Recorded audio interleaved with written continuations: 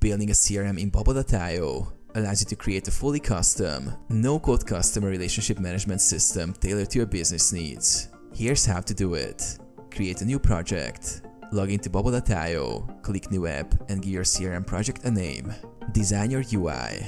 Use Bubble's drag and drop editor to create pages and elements. Contact list page. And a repeating group to display contacts. Contact details page.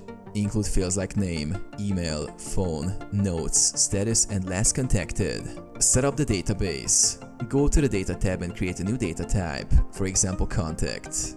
Add fields like name, email, phone, status, notes, last contacted.